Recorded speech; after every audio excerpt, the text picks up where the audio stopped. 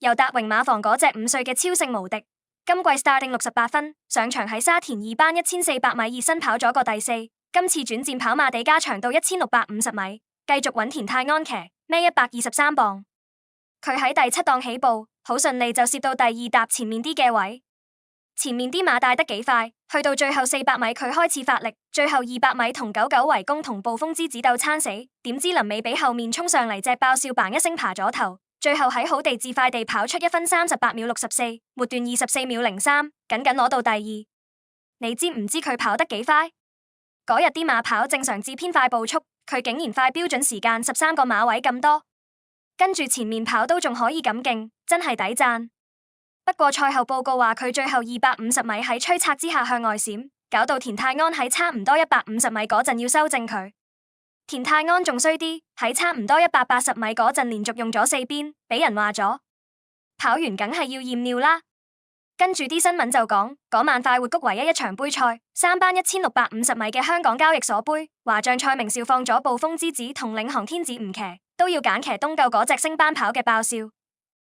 結果證明佢揀啱晒，隻爆笑喺佢胯下，最後沿住內欄衝上嚟，喺終點前越過咗超性無敵，爆咗個12倍冷門贏馬。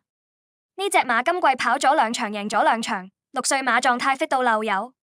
仲有個猛料，呢隻馬嘅馬主係過咗身嘅賭王何鴻燊個仔何猷亨。總之呢隻澳洲嚟嘅5歲馬今季開始成熟，本身質素好到不得了，相信今年喺由達榮帶領之下，會直接升上頂班，要長期結實佢啊！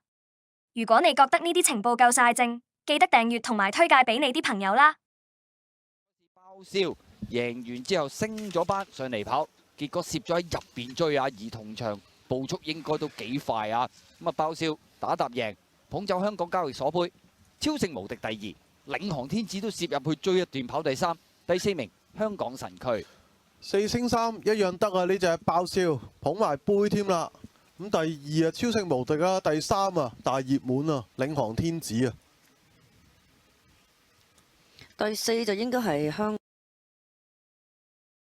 丁冠豪馬房嗰隻6歲嘅開心宇宙，今季 starting 50分，第一場喺沙田4班1600米熱身跑咗個第3，今次再跑同程1600米，繼續穩金城江騎，孭126磅。佢喺第7檔起步，好順利就攝到第2搭前面啲嘅位。前面啲馬帶得幾快，去到最後400米佢開始發力，最後200米一度帶開咗對手1個馬位，點知臨尾俾後面衝上嚟隻林寶精神啪一聲爬咗頭，最後喺好地跑出1分34秒47，末段23秒57，僅僅攞到第2。你知唔知佢跑得幾快？嗰日啲馬跑正常至偏快步速，佢竟然快標準時間5個馬位咁多，跟住前面跑都仲可以咁，表現都算唔錯啦。不過賽後報告話佢喺差唔多100米嗰陣向內斜跑，同林寶精神撞咗一撞，跑完梗係要驗尿啦。跟住啲新聞就講，廖康銘馬房嗰隻林寶精神之前跑咗2次1400米都排外檔，結果都輸咗，點知今次加長到1600米仲要抽到個靚到冇朋友嘅2檔，入閘前啲賠率由15倍跌到7倍，結果真係飛到咁贏咗。